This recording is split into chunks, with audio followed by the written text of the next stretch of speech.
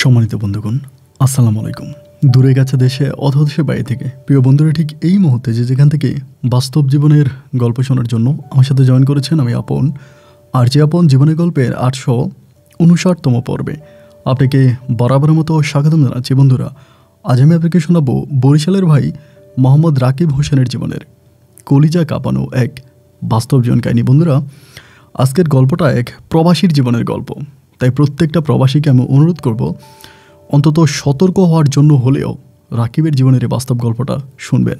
আজকের গল্পের টাইটেল যে দেবরের সন্তান কোলে নিয়ে মৃত স্বামীকে খুঁজছেন চুমকি। দেবরের সন্তান কোলে নিয়ে মৃত স্বামীকে খুঁজছেন, এই গল্পটা এক রহস্যজনক বাস্তব জীবনের গল্প। প্রিয় বন্ধুরা, এই পৃথিবীতে কোনো মানুষে বলতে পারে না, জন্ম হবার পরে এই পৃথিবীতে কোনো মানুষই বলতে পারে না যে তার বাবাকে। একটা সন্তানের বাবাকে এটা একমাত্র বলতে পারে তার মা। তার মা ছাড়া সন্তান কখনোই জানে না যে সত্যিকার অর্থে সে কোন বাবার উরু থেকে পৃথিবীতে জন্ম নিয়েছে। তো এজন্য অবৈধ সন্তান কথাটা বলার আগে আমাদের একটু এই জিনিসটা হিসাব করতে হবে যে পৃথিবীতে বাবা ছাড়া কোনো সন্তান জন্মায় না। যাই হোক, গল্প শুনেন, গল্পটা শুনলে এক নতুন বাস্তবতার সম্মুখীন হবেন। আশা করব শুরু থেকে শেষ পর্যন্ত বরিশালের ভাই প্রবাসী রাকিবের জীবনের গল্প জুড়ে আমার সাথেই থাকবেন এবং গল্প শেষে রাকিব ভাইকে আপনার মতো করে একটা মন্তব্য কমেন্ট বক্সে লিখবেন। ধন্যবাদ সবাইকে। সম্মানিত বন্ধুগণ, আসসালামু আলাইকুম। আমার নাম মোহাম্মদ রাকিব হোসেন, আমার বাড়ি বরিশাল।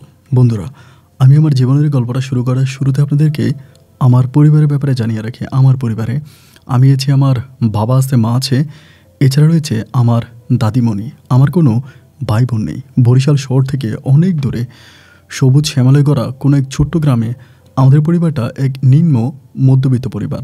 আমার বাবা পেশায় একজন ট্রাক ড্রাইভার। আমি খুব ছোটোবেলা থেকে দেখে আসছি মালবাহী ট্রাক নিয়ে আমার বাবা ডিস্ট্রিক্টে ঘুরে বেড়াতো এবং সেই থেকে অল্প কিছু টাকা আমার বাবা আমাদের পরিবারে দিত। আমার বাবা একজন নেশাগ্রস্ত মানুষ ছিল, প্রচুর নেশা করত এবং অতিরিক্ত নেশা করার কারণে আমার গ্রামের মানুষজনের সাথে আমার আব্বার সম্পর্ক খুব বেশি ভালো ছিল না। আমাদের গ্রামের প্রায় সব মানুষই আমার আব্বাকে খারাপ নজরে দেখতো, আব্বার সাথে খারাপ ভাষায় কথা বলতো। আব্বাকে গ্রামের কোনো ভালো কাজে ডাকা হতো না। শুধু ঈদ ব্যতীত আমার বাবা খুব কমই গ্রামে আসতো। তাহলে আমার মায়ের সাথে থাকার জন্য আমার বাবা মাঝে মাঝে আমাদের বরিশাল শহরে মাকে নিয়ে যেত এবং সেখানে নিয়ে আমার আব্বার একটা ভাষা ভাড়া ছিল, ওই ভাড়া ভাষায় আমার মায়ের সাথে আব্বু মাঝে মাঝে থাকতো। গ্রামে খুব কমই যাতায়াত করতো। এরকম করে আমার শৈশবের সময়গুলো কাটতেছে। আমি আসলে ছোটোবেলায় পড়াশোনা করার কোনো সুযোগ পাইনি। আমার মনে হয় আমি ক্লাস 2 and 3 পর্যন্ত পড়ছিলাম। নিজের নামটা ঠিকমতো লিখতে পারার পরে আমার পড়াশোনা আমি শেষ করে ফেলি এবং এটা শুধুমাত্র পারিবারিক গাইডলাইনের কারণে। আমার আব্বা যেহেতু খারাপ ছিল, এলাকাতে আসতো না, এলাকার মানুষের সাথে মিশতো না, প্রচুর নেশাগ্রস্তর ছেলে হিসাবে আমি এলাকাতে পরিচিত ছিলাম, যার জন্য মানুষ আমার সাথে খুব বেশি একটা কথাও বলতো না। সবার কাছ থেকে অবহেলা, অবজ্ঞায়, ঘৃণা পেয়ে আমার শৈশবের দিনগুলো কাটে। এভাবে সময়গুলো কাটতে কাটতে আমি তখন এলাকার দুষ্ট প্রকৃতির ছেলেদের সাথে মিশি, সবার সাথে মিশি, দুষ্টমি করে, ফাইজলামি করে সময় কাটাই। এভাবে আমার সময়গুলো কাটতেছে। একটা পর্যায়ে আমার বয়স তখন প্রায় 8 থেকে 9 বছরের কাছাকাছি। তো 8-9 বছর হলেও আমি মোটামুটি অনেক কিছুই বুঝি, এলাকা সম্বন্ধে, দুনিয়া সম্বন্ধে অনেক কিছুই বুঝতে পারি। 8-9 বছর বয়সে আমি আমার আম্মুর মুখে একটা ভিন্ন রকমের কথা শুনতে পাই। কথাটা এরকম, আমার মা আমার দাদির কাছে সহ গ্রামের অন্য মহিলাদেরকে বলে আমার আব্বা নাকি আরেকটা বিয়ে করছে এবং সেই মহিলার গর্ভেও নাকি একটা ছেলে সন্তান হয়েছে। ওই মহিলা নাকি আমাদের বাড়িতে আসার জন্য চেষ্টা করতেছে। এরকম একটা কথা আম্মু আমাকে বলে এবং আমাকে বলতে এলাকার মানুষের কাছে বলে। আমি এলাকার মানুষের মুখে এই কথাটা শুনতে পাই এবং এটা শুনতে পাওয়ার পরে আমার আব্বার প্রতি কিন্তু আমার প্রথম থেকে অনেক ঘৃণা কাজ করতো। আমি আব্বাকে মোটেও বিশ্বাস করতাম না এবং আব্বা যথেষ্ট পরিমাণের বদ মেজাজি টাইপের একটা লোক ছিল এবং নেশাগ্রস্ত মানুষ ছিল। এই জন্য আব্বুর সাথে আমার সম্পর্কটা খুব বেশি ভালো না। আমার মনে পড়ে না যে আব্বু আমাকে কখনো কোলে নিয়ে একটা চুমু দিয়েছে, এরকম একটা অবস্থা। তার উপরে যখন আম্মুর মুখ থেকে এরকম বাজে কথাগুলো শুনতেছিলাম যে আমার আব্বা আরেকটা বিয়ে করেছে এবং আমার সৎ ভাই আছে, এই বিষয়গুলো জানার পরে আমার ভিতরে খুব খারাপ লাগে। কিন্তু খারাপ লাগার পরেও যখন আমার আম্মু বললো যে আমার একটা সৎ ভাই আছে, আমার একটা ভাই আছে, এই জিনিসটা জানার পরে আমার ভিতরে অনেক ভালো লাগে। যেহেতু আমার কোনো ভাই বোন নাই, সৎ ভাই হোক তাও তো ভাই আছে, এই কথাটা জানার পরে ভিতরে অনেক বেশি আনন্দ কাজ করে। যাই হোক, এমন করে আম্মুর সাথে কথাবার্তা বলি অ্যান্ড কথাবার্তার এক পর্যায়ে কিছুদিন পরেই আমার আম্মু এই কথা বলার প্রায় 7-8 দিন পরে আমি একদিন মাঠে খেলা করতেছিলাম, ডাং খেলতেছিলাম সবার সাথে। তো ডাং খেলা অবস্থায় হঠাৎ করে আমার আম্মু ডাইকে আমার বাড়িতে ডাকতেছে যে রাকিব তাড়াতাড়ি বাড়িতে আয়, তাড়াতাড়ি বাড়িতে আয়, সর্বনাশ হয়ে গেছে, বাড়িতে একটা লাঠি নিয়ে আয়। আম্মু আমাকে বলতেছে। তা আমি বললাম যে কী রে, লাঠি নিয়ে যাইতে বলতেছে কেন, নাকি আম্মু কারোর সাথে ঝগড়া লাগছে? আমিও তখন একটা লাঠি নিয়ে দৌড়ে বাড়ির দিকে রওনা দিলাম, এবং বাড়ির দিকে গিয়ে দেখি যে আমাদের বাড়িতে অনেক মানুষ এবং প্রচুর লোক। আমি তখন দৌড়ে বাড়ির ভিতরে ঢুকলাম, উঠানের মধ্যে ঢুকে দেখতেছি এক মহিলা আমার থেকেও সম্ভবত 3 থেকে 4 বছরের ছোট কোনো একটা ছেলেকে কোলে নিয়ে বসে আছে আমাদের বাড়িতে, মানে আমাদের ঘরের বারান্দায়। তা আম্মু খুব চিল্লাচিল্লি করতেছে, দাদি অনেক চিল্লাইতেছে, সবাই বলতেছে বের হ তুই এই বাড়ি থেকে বের হ, এরকম করে কথা বলতেছে। আমার আম্মুর কাছে গেলাম পর আম্মু আমারে বলে লাঠি দিয়ে এই মহিলার মাথা ফাটাই ফেল, লাঠি দিয়ে বাড়ি মেরে এই মহিলার মাথা ফাটাই ফেল, তাকে এখান থেকে বিদায় কর। আমি তখন বললাম যে কিরে আম্মু এরকম কথা বলতেছে কেন? আম্মুকে জিজ্ঞেস করলাম যে আম্মু কী হয়েছে, তুমি এরকম করতেছো কেন বলতেছে এই মহিলার মাথা ফাটাই দেওয়ার জন্য, তাকে বাড়ি থেকে বের করে দেওয়ার জন্য, কী হয়েছে আমাকে বলো। আমার মা আমাকে বলে দেখ এই মহিলা কোত্থেকে আসছে, এসে সে দাবি করে সে নাকি তোর আব্বার বউ। তো এ কথা বলার পরে আমি আসলে কোনো কিছু ভেবে চিন্তে বলি নাই, হুট করে মুখ দিয়ে কথাটা আসছে আমি বলে ফেলছি।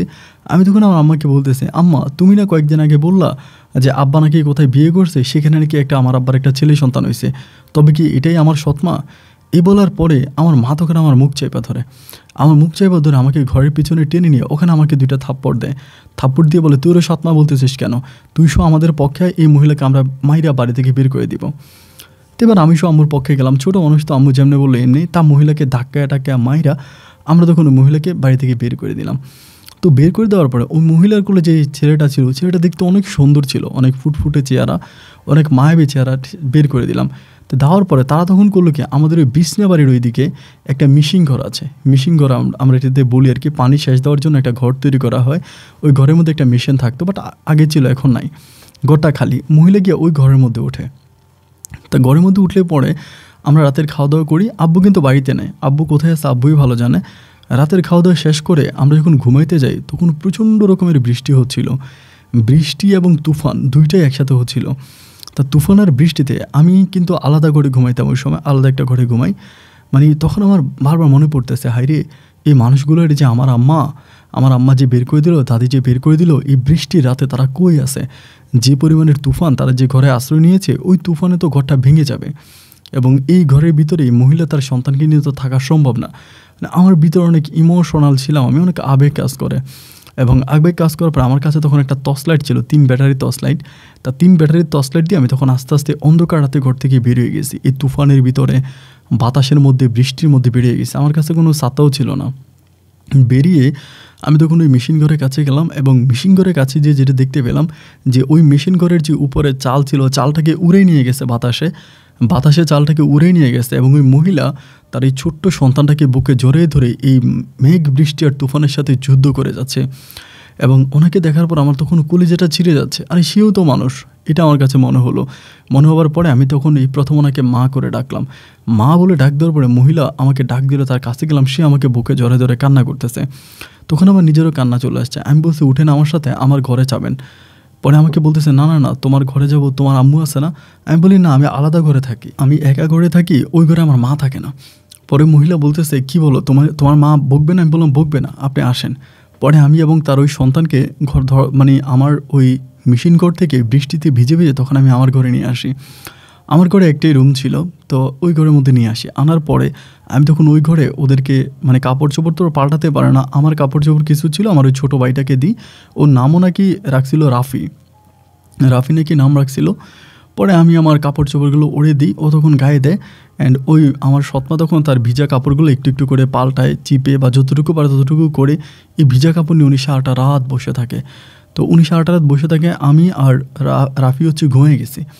আমি রাফিরে জড়াই ধরে ঘুমাইছি, তো আমার অনেক ভালো লাগছে। তা সকালে ঘুম থেকে ওঠার পরে, মানে যখন ভোরে ঘুম ভাঙছে, তখন বাইরে আলো হয়ে গেছে। আমি ভাবছিলাম যে এখন কি করব, বাইরে যেহেতু আলো হয়ে গেছে। আমি বললাম মা, বাইরে তো অনেক আলো হয়ে গেছে। উনি আমাকে বলে আমি তো তোমার অনেক আগ থেকে ডাকতেছি, তুমি তো উঠো না, এখন আমি বেরোবো কেমন করে? আমি বললাম বেরোবেন কেন, বেরোবার দরকার নেই, আপনি এই ঘরেই থাকেন। তা বলে কি বলো, তোমার আম্মা যদি এই ঘরে আসে? আমি বললাম না, এই ঘরে আমার মা আসে না, কেউ আসে না, এই ঘরে কেউই আসে না, আপনি এই ঘরে থাকেন। পরে ওনারা ঘরের মধ্যে রেখে আমি তখন বের হয়েছি। বের হওয়ার পরে আমার আম্মা তখন ওই গ্রামের মহিলাদের সাথে মিটিং করতেছে। গ্রামের মহিলাদেরকে সবাইকে ডেকে বলতেছে কত বড় বেয়াদব মহিলা, সে আমার সন্তানের মানে আমার ঘরে আসছে সন্তান নিয়ে, মানে এটা ওইটা বলে ওই মহিলাকে খুব খারাপ ভাষা আমার আম্মু কথা বলতেছে গ্রামের অন্য মহিলাদের সাথে।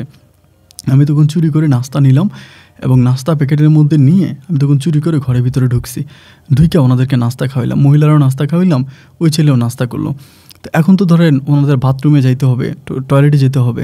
তা আমার তো আসলে ওরকম কোনো ব্যবস্থা নাই, বা আমার ঘরের মধ্যে তো ওই গ্রামের বাড়ির ঘর, এখানে তো কোনো কিছু নাই। তাও খুব কষ্ট করে এই মহিলা ঘরের মধ্যেই সব কিছু সারলো, কেমনে করলো উনি ভালো জানে। আমি বেরিয়ে গেছি, দুপুরবেলা আসছি, আসার পর আমাদের বলতেছে বাবারে আমাদেরকে একটু বের করার ব্যবস্থা করো, আমি একটু বাসা থেকে বেরোবো। অ্যান্ড এই অবস্থার ভিতরে আমি বলছি কেমনি বের করবো, বাইরে অনেক মানুষ, এখন তা বেরোলে আপনি ধরা খেয়ে যাবেন। তাই দুপুরও আমি তখন চুরি করে খাবার টাবার একটু এনে ওনাদেরকে খাওয়াইলাম, ছেলের এবং তার মারে। এবং 2টার দিকে আমার আব্বা তখন বাড়িতে আসছে হঠাৎ করে। আব্বু কিন্তু ফোন টোন দিয়ে আসে না, হুটহাট করে চলে আসে এবং ট্রাক নিয়ে আসছে, একটা পিক আপ ট্রাক, ওইটা নিয়ে 2টার দিকে বাড়িতে আসছে। বাড়িতে আসার পরেই তো আম্মু আব্বুর সাথে ঝগড়া করতেছে যে এত বড় সাহস, আপনি বিয়ে করছেন এবং আপনার ওই সন্তান নিয়ে আমার বাড়িতে মানুষ আসছে, এটা কী ধরনের কাজ আপনি করলেন, কেন করলেন। মানে খুব খারাপ ভাষায় হচ্ছে ওনার সাথে, আমার আব্বুর সাথে আমার আম্মু ঝগড়া করতেছে, খুব ঝগড়া করতেছে, কাজটা ভালো করেন নাই, এটা অনেক খারাপ কাজ আপনি করছেন, এইটা ওইটা নিয়ে আমার আম্মুর সাথে মানে খুবই ঝামেলা করতেছে আব্বু। তা আমার আব্বুও ঝামেলা করে, আম্মুও ঝামেলা করতেছে। এমন করতে করতে আমার আব্বু তখন ঘরে ঢুকলো, হাত পা পরিষ্কার করলো, খাওয়া দাওয়া করলো, করে বের হয়েছে। প্রায় 3টা সাড়ে 3টার দিকে আমার আব্বা তখন আমাদের পুকুর ঘাটের ওদিকে বসে আছে। আমি তখন আব্বার কাছে গেলাম। আব্বু কিন্তু কোনোদিনও আমার সাথে ভালো করে কথা বলে নেই। ওই দিন হঠাৎ করে আমার বলতেছে, কিরে রাকিব ভালো আছিস? আমি বললাম হ্যাঁ আব্বা ভালো আছি। তা বলে এদিকে আয়, আমাকে কাছে নিয়ে গিয়ে জড়ায় ধরে। আমার মনে হয় এই জীবনে সর্বপ্রথম আমার আব্বা আমাকে জড়ায় ধরছে। আমাকে জড়ায় ধরে বলতেছে, আসলেই কি তোর সৎমার তোর সৎ ভাই আসছিল? আমি বললাম হ্যাঁ আসছিল। তা আমার আব্বা বললো ওরা কই? আমি বললাম যে আসছিল, এমন এমন চলে গেছে। তা আমার আব্বু বলে চলে গেছে কেন, তোর সৎ ভাইরে তোর ভালো লাগে নাই? আমি বলি হ্যাঁ ভালো লাগছে। তা আব্বা বলে তারা রেখে দিলি না কেন? আর আমি চুপ করে আসি। আব্বা বলে কী হইলো, তোর সৎ ভাই দেখতে সুন্দর না? আমি বললাম হ্যাঁ সুন্দর তো। তা বলে তোর সৎমা তোর আদর করে নাই? আমি বলি করছে তো। তা বলে রেখে দিলি না কেন? এবার আমি বলি আব্বা আমি তো রেখে দিছি। আমার আব্বা বলে রেখে দিছিস মানে কোথায় রাখছিস?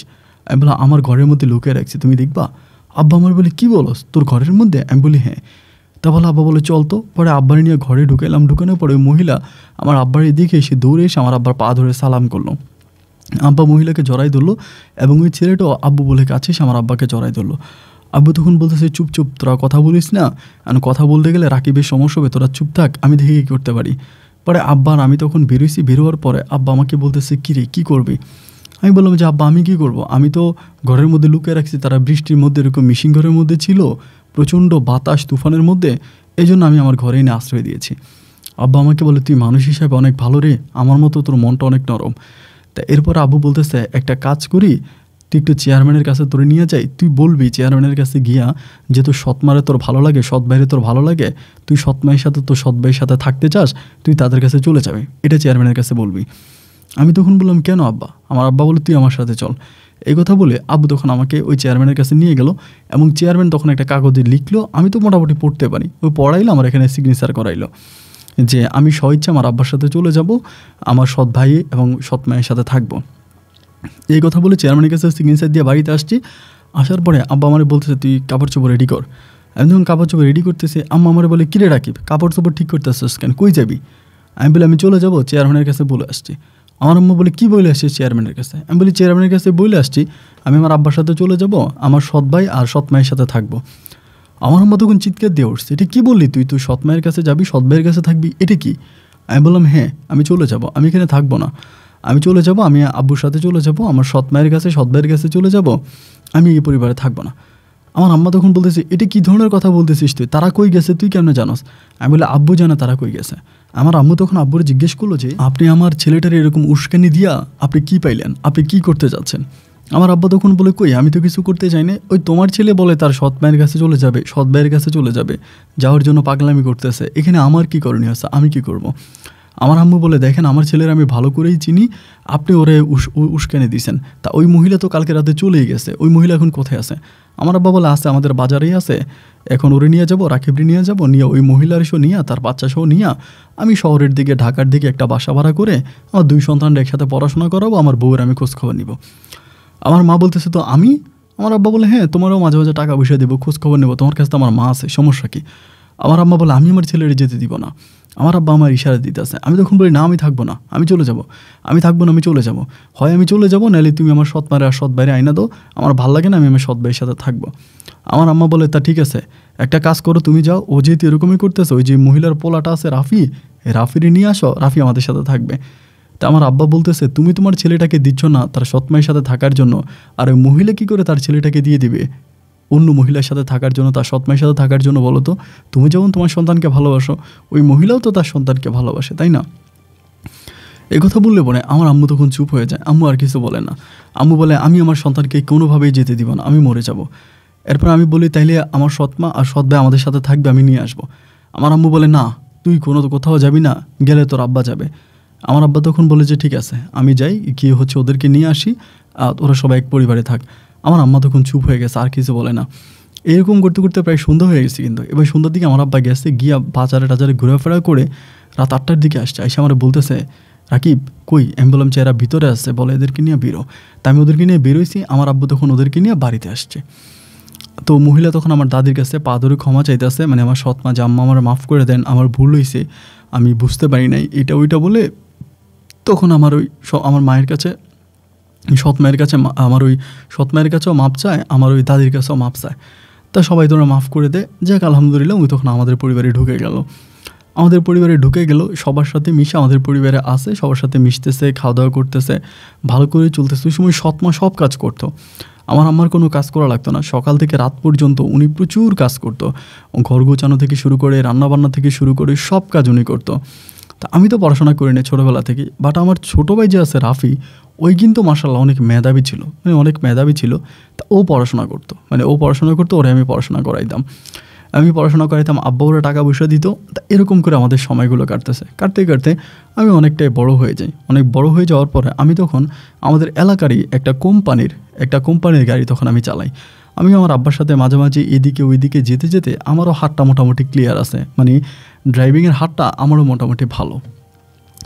অ্যান্ড পরিশেষে আমি তখন আমার এলাকারই একটা গাড়ির মধ্যে আমি তখন গাড়ি চালাই আর কি, মানে কোম্পানি গাড়ি চালাইতেছি, ভালো টাকা ইনকাম হইতেছে, পরিবারকে দিচ্ছি, ছোটো ভাইটারে পড়াশোনা করাইতেছি, রাফিরে ওরে টাকা পয়সা দিচ্ছি, ওরে আমি মানুষ করতেছি। এরকম করতে করতে রাফি একটা সময় এসএসসি পরীক্ষা দেয়। তা রাফি এসএসসি পরীক্ষা দেওয়ার পরে আমি কিন্তু তখন অনেক বড়। আব্বা মা আমারে বলতেছে বিয়ে করার জন্য প্রেশার দিতেছে। বাট আমাদের এলাকার একটা মেয়ে আছে চুমকি নামের, ওই মেয়েটা একটু গরিব আর কি, একটু গরিব ফ্যামিলির মেয়ে, ওর মা একটু গরিব, বাট এই মেয়েটা দেখতে অনেক সুন্দর। মানে আমাদের এলাকাতে যত মানুষ আছে, মানে যত মেয়ে আছে, তার মাঝে সবচেয়ে চুমকি বেশি সুন্দরী আর কি। তা চুমকিরে আমার অনেক পছন্দ হয়, আমি ওরে বিয়ে শাদী করতে চাই, বা ওর সাথে আমার একটা ভালো লাইন আছে, লিঙ্ক আছে, এরকম একটা সম্পর্ক। চুমকির সাথে লিঙ্ক আছে বলতে আমি চুমকিরে পছন্দ করি, চুমকি আবার আমারে পছন্দ করে না, বা ওরে আমি কখনো আমার পছন্দ করি কি না ওইটা বলিও নাই। এমন করতে করতে একদিন আমার মা তখন অনেক অসুস্থ, আমার মা আর কি, আমার যে জন্মদাতা মা, তিনি অনেক অসুস্থ। তা অসুস্থ থাকার পরে আমি একদিন মায়ের কাছে বললাম যে মা, এমন এমন ঘটনা, আমি তো অমুক বাড়ির চুমকিরে পছন্দ করি, আমি চুমকিরে বিয়ে করতে চাই, তুমি কি বলো?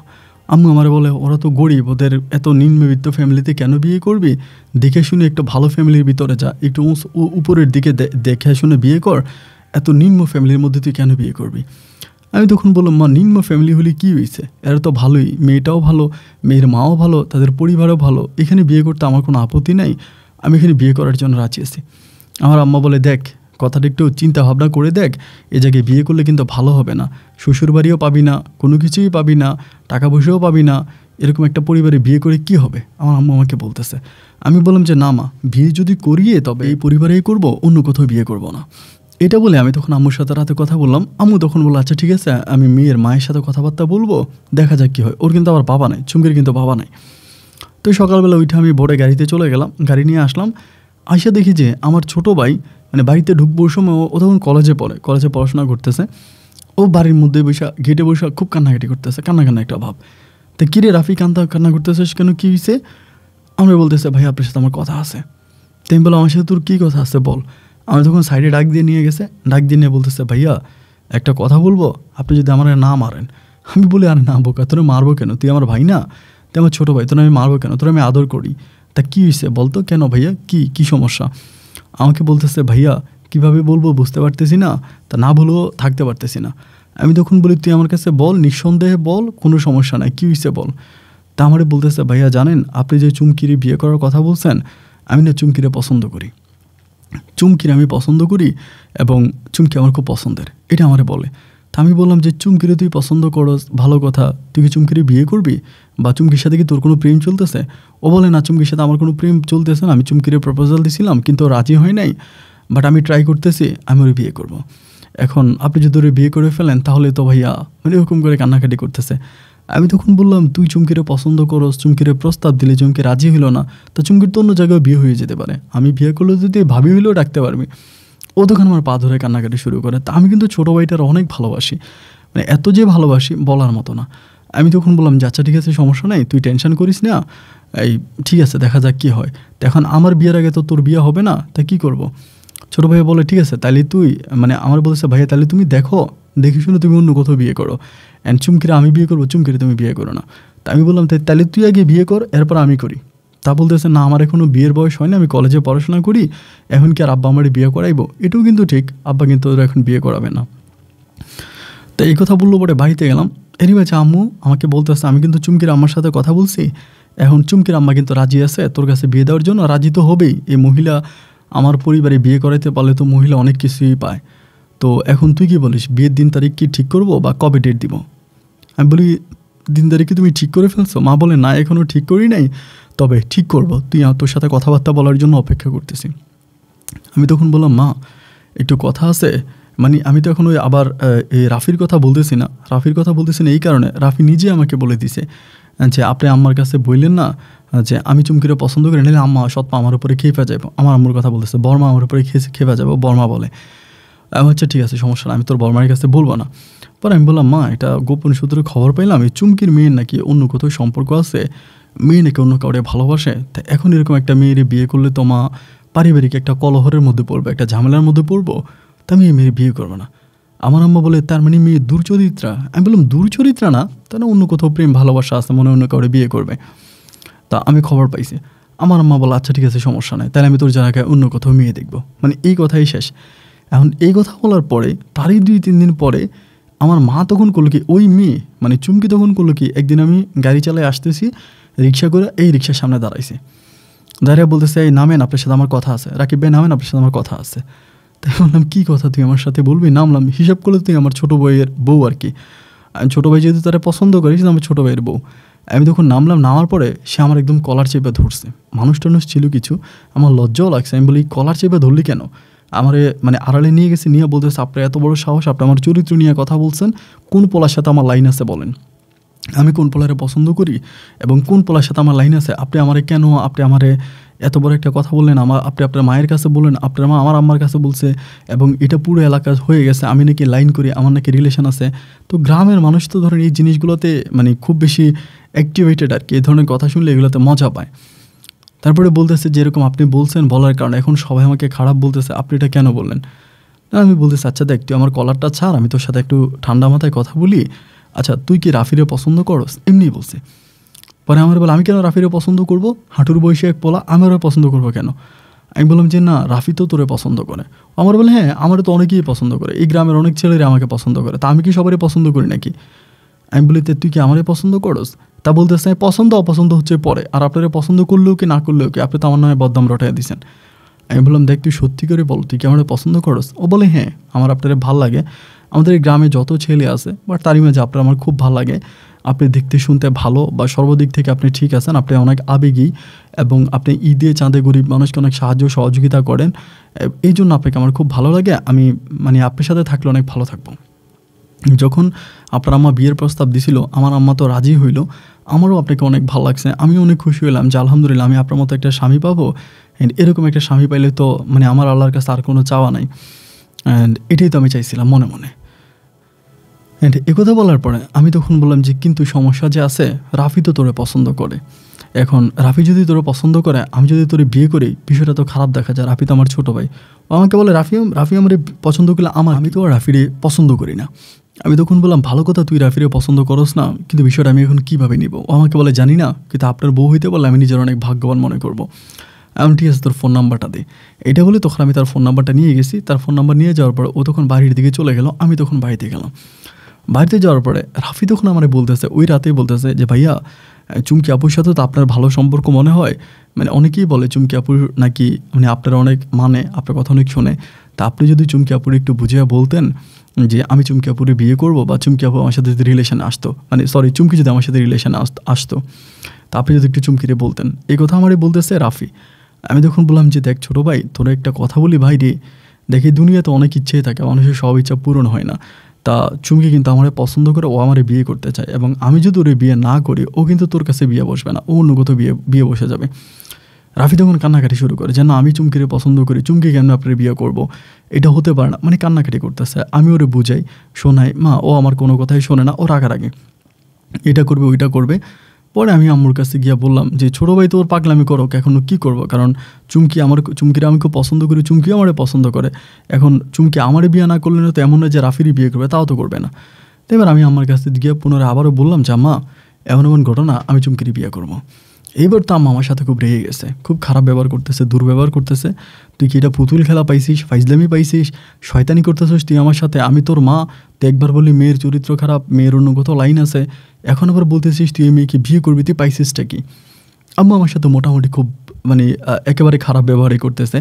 আমি বুঝলাম আম্মা কোনোভাবে আর এই বিয়ে নিয়ে আম্মু আর একটা কথাও বলতে রাজি নেই, আম্মু আর কোনো কথা বলবেও না। রাফির সাথে কথা বললাম, রাফিও তখন মোটামুটি চুপ হয়ে গেছে। রাফিও বলে ভাই আমি কি করব, আমি তোর পছন্দ করে, ও যদি আপনারই বিয়ে করে তাহলে আমার কোনো আপত্তি নেই। রাফিও তখন হঠাৎ করে কেন জানি একটু চুপ হয়ে গেল। তা চুপ হয়ে যাওয়ার পরে এবার আমি চুমকিরে বললাম যে চুমকি আম্মু তো রাজি হয় না, আম্মুরে তো আমি বুঝাইলাম। চুমকি আমার বললাম আম্মু রাজি হবে কেমনে, আপনি আম্মুর কাছে আমার নামে বদনাম বলছেন, আপনি বলছেন আমি খারাপ, আমি ভালো না, আমার চরিত্র খারাপ, তা সেখানে আম্মু রাজি হবে কেমন করে। তাই আমি বললাম তুই কি আমার ভালোবাসস, ও বলে ভালোবাসি কিনা জানি না, কিন্তু আপনি বিয়ে করতে চাই। আমি তাহলে চল বিয়ে করে ফেলি। ও বলতেছে এটা কী বলতেছেন, কীভাবে। আমি বললাম এইভাবে, বিয়ে করতে আবার কীভাবে লাগবে নাকি, বিয়ের তো কোনো ভাবটাব নাই, তুই কবুল বলবি আমি কবুল বলবো, বিয়ে হয়ে যাবে। পরে আমার বলতেছে যে এটা কি ঠিক হবে। আমি বললাম হ্যাঁ আলবাত ঠিক হবে, ঠিক না হওয়ার কী আছে, এটা ঠিক না হওয়ার কী আছে, অবশ্যই ঠিক হবে, চল আমরা বিয়ে করে ফেলি। তা এরকম করে বলার পরে ও তখন কোনোভাবে রাজি হয় না, মানে এটা ওইটা বিভিন্ন কথাবার্তা বলে যে করব ওই করব। আমি তখন বলি যে এই চল বিয়ে করে ফেলি, কোনো কথা নাই। এই বলে ওকে আমি তখন ওইভাবেই নিয়ে গিয়া এক হুজুরের কাছে কলমা পড়ে ফেলছি। হুজুরের কাছে কলমা পড়ছি, কলমা পড়ে ওরা আমি ওর বাড়িতে পাঠাইছি, আমি আমার বাড়িতে আসছি, এমন করে। বাট এইভাবে চলতে চলতে দেখলাম যে আমার ছোটো ভাই রাফি আবারও আগের মতো পাগলামি শুরু করছে। এই চুমকি বলো আমার রাস্তাঘাটে দেখলে হাত ধরে টানাটানি করে, এরপরে আপনি বিয়ের বিষয় কেন আপনার মাকে বলেন না, এটা করেন না ওইটা করেন না। এবার ছোটো ভাই রাফি করছে কি এলাকাতে এই চুমকির বিষয়ে যত ধরনের খারাপ কথাবার্তা আছে সব কিছু এলাকাতে রটাই দিতেছে যে চুমকি খারাপ, চুমকি বিভিন্ন ছেলেদের সাথে রিলেশন করে, এটা ওইটা। যেহেতু ও পাইল না, রাফি যেহেতু পায় নাই, এই জন্য রাফি আবার খারাপ মন্তব্য করা শুরু করছে চুমকির বিপক্ষে। তা চুমকিও তখন এই বিষয়গুলো নিতে পারতেছিল না। একদিন চুমকি করলোকে রাস্তার ভিতরে রাফির সাথে দেখা হলো, রাফিরে থাপ্পড় মেরে দিছে। থাপ্পড় মারছে যে আপনি আমার সম্বন্ধে এরকম খারাপ কথা মানুষের কাছে কেন বলেন, এটা বলে রাফিরে। ও চুমকি কিন্তু খুব রাগই ছিল, মোটামুটি অনেকটা রাগ ছিল ওর ভিতরে, প্রচুর রাগই ছিল। তা রাফিরে থাপ্পড় মেরে দিল। থাপ্পড় মেরে দেওয়ার পরে রাফি তো বাড়িতে এসে চিল্লা ফিল্লা এই মেয়ের এটা করবে ওইটা করবে। আমি দেখলাম যে তখন পরিস্থিতি খারাপ। আমার মাও তখন রাফির পক্ষে, মানে আমার আপন মা এবং সৎ মা, দুই মায়ে তখন রাফির পক্ষে। চুমকিরে নিয়ে যে বাড়িতে আসবো এরকমও কোনো অবস্থা নাই, পারিবারিক অবস্থাও তখন খুব খারাপ। আমি তখন করলাম কি চুমকির সাথে হুট করে আমি বললাম যে চুমকি তুই শহরে চল, আমাদের এলাকার যে লোকাল শহর আছে, আমি বললাম যে তুই আমাদের শহরে চল, আমি ওখানে বাসা ভাড়া করবো, তুই আমার সাথে ওখানে থাকবে, পালায় যাবো। কারণ এখন আর আম্মুরে এই কথা বলার কোনো সুযোগ নেই, যেহেতু রাফি বিষয়টাতে এরকম গোলায় ফেলছে এবং এই বিষয়টা কেউ স্বাভাবিকভাবে মেনেও নিচ্ছে না, তাহলে চল পালায় যাই। ও তখন মানে মন মারতেছে, আমি তখন একরকম জোর করে বললাম যে চল পালাই। এই কথা বলে ওরা কলেজ থেকে আমি ওরা নিয়ে পালাই গেছি বলতে কলেজের গেছে, ওই কলেজ থেকে আমি ওরে নিয়ে আমি একটা বাসা ভাড়া করছি, ওই বাসা ওরে নিয়ে উঠেছি। এইবার সবার মুখে মুখে হয়ে গেল যে মেয়ে খারাপ না হলে কেন বাড়ি থেকে পালায়া যাবে। আমার আম্মাও বলে, আমার সৎমাও বলে, ছোটো ভাইও বলে, বলছিলাম না, ছোটো ভাই বলে ভাই বলছিলাম না আপনি চুমকিরি বিয়ে করেন না, দেখছেন ওই মেয়ে কিন্তু পালায় গেছে, ওই মেয়ে কিন্তু ভালো না, ওই মেয়ের ক্যারেক্টারের সমস্যা আছে, নালিকের মেয়ে পালায় যায়, মেয়ে তো পালায় গেছে। তো এলাকার মধ্যেও এটা নিয়ে খুব মানে টানা হেঁচড়া, অনেক রাগারাগি, এটা ওইটা। তার চুমকি তখন তার মায়ের সাথে ফোনে কেমনে যোগাযোগ করে এবং করে তার আম্মুকে বলে দেয় যে ও আমাকে বিয়ে করছে। এবং ওর আম্মু এসে এই বিষয়টা আমার আম্মুকে বলে দেয় যে কী গো এই ঘটনা, আপনার ছেলে নাকি আমার মেয়ের বিয়ে করছে, নিয়ে শহরে ভাড়া রাখছে। তা এই বিষয়গুলো কিন্তু চুমকি আমাকে বলে না, কারণ আমি তো খুব একটা টাইম পাই না। দেখা যায় বেশিরভাগ সময় ট্রাক নিয়ে এখানে ওইখানে বিভিন্ন জায়গায় দৌড়দৌড়ির মধ্যে থাকে, মালামাল নিয়ে, আমার তো এত সময় নেই। তা আম্মুর কাছে বলে দেওয়ার পরে এবার আম্মু করলো কি, বিষয়টা আমারে জানাইছে। জানানোর পরে আমি বললাম যে এটা কে বলছে? মা এটা মিথ্যা কথা, এটা কোনো কথাই না, এটা কথা তুমি বিশ্বাসও করো না, এটা কী ধরনের কথা? আমি চাচ্ছিলাম যে বিষয়টা লুকাই এবং চুমকি যদি প্রেগনেন্ট হয়, পেটে বাচ্চা আসে, দেন আমি ওরে নিয়ে আসবো, এর আগে আনবো না, যেহেতু ছোটো ভাই এবং সৎমা, আমার মা সবাই ওরে খারাপ জানতেছে। আমার আম্মা বলে তুই যদি ওরে পছন্দ করস তাহলে বিয়েই করে থাকিস, তাহলে বাড়িতে নিয়ে আয়। আমি বললাম তোমরা না বলো খারাপ, ওর চরিত্র খারাপ, এটা ওইটা, এখন বিয়ে। আমার আম্মু বলে কোনো কথা নাই, যদি তুই ওরে পছন্দ করিস, ওরে যদি তোর ভালোই লাগে, তাহলে তুই বাড়িতে নিয়ে আয়, পরেরটা পরে, এরপরে কী হবে না হবে এটা পরের বিষয়, তুই ওরে বাড়ি নিয়ে আয়। এবার আমি চুমকির সাথে আলোচনা করলাম যে চুমকি আম্মু তো এমন বলতেছে। চুমকি তখন বলে হ্যাঁ আমি বাড়ি যাব, মানে চুমকিও তখন বাড়িতে যাওয়ার জন্য এক পায়ে খাড়াও বাড়ি যাবে। তা বললাম ঠিক আছে চলো। এবার চুমকি নিয়ে আমি বাড়িতে আসছি। এই বাড়িতে আসার পরেই ধরেন আমার সৎমা আর আমার সৎ ভাই তারা তখন আমার শত্রু হয়ে গেল, যে চুমকি আমার ভাইয়ের থাপ্পড় দিল, আমার ভাই চুমকিরে পছন্দ করলো, চুমকি আমার ভাইয়ের কাছে বিয়ে বসলো না, আমার কাছে বিয়ে বসলো। এই চুমকিরে বিয়ে করে আনার পরেই মনে করেন পারিবারিক একটা কলহর সৃষ্টি হয়ে গেছে, মানে তুমুল রকমের ঝগড়াঝাটি। এইবার আমাদের ওই সুখের সংসারের ভিতরে দুঃখের আগুন চলতেছে। আমার সৎমা এবার আমার মাকে দেখতে পারে না, আমার মা আমার সৎমাকে দেখতে পারে না, রাফি আমারে দেখতে পারে না, আবার চুমকি রাফিরে দেখতে পারে না। মানে পারিবারিকভাবে একটা অনেক বড় কুন্দুল সৃষ্টি হয়ে গেল এবং সেই কুন্দুলের সূত্র ধরে পরিবারের ঝগড়া ঝাঁটি, মানে 24টা ঘন্টায় তখন ঝগড়া। এরকম ঝগড়া হতে হতে এক পর্যায়ে দুইটা মা আলাদা হয়ে গেল, আব্বাই আলাদা করে দিল, দুই মাকে দুই ঘর বানাই দিল, দুইজন দুই ঘরে থাকতেছে। এরকম করে সময়গুলো কাটতে কাটতে প্রায় মাস তিনিকের মতো কেটে গেল। আর আমিও কোনো বাচ্চা কাচ্চা নিলাম না এই ঝামেলার মধ্যে, যে ভেবে পরেই নিব আস্তে ধীরে, আর ভেবে নিলাম না। এই 5-6 মাস পরে হঠাৎ করে আমার আম্মার বুক ব্যথা, বুক ব্যথা, আম্মুর কোনো রকমে আম্মুরে ভালো করতে পারতেছি না, আম্মুর বুক ব্যথা। এরকম করতে করতে একদিন আম্মু মানে বুক ব্যথা করে আম্মু বমি করে দিছে। আম্মুর বমির সাথে আম্মুর পেট থেকে একটা তাবিজ বেরিয়েছে। এটা চোখের সামনের ঘটনা, মিথ্যা কোনো ঘটনা নেই যে চোখের সামনে বমি করছে, বমির হতে পেট থেকে তাবিজ, এত বড় একটা তাবিজটা দেখার পর তো আমি অবাক, কিরে আম্মুর পেটে তাবিজ গেল কেমন করে? মানে তাবিজটা একটা স্টিলের ইয়ের মতো পেঁচানো, ভিতরে তাবিজ, মানে তাবিজের খোলা যেটা দেখা যায়। এটা নিয়ে তখন আমি তাবিজটা নিয়ে আমাদের এলাকার এক হুজুর আছে, তিনি আবার এই ধরনের কাজগুলো করে, তার কাছে নিয়ে গেলাম যে এই ঘটনা। উনি তাবিজটা খুলে বলতে স্যার সর্বনাশ, আপনার আমার তো বান মারছে, আপনার মা তো বাঁচবে না। তা বান মারছে গিয়ে বলে আপনার সৎমা।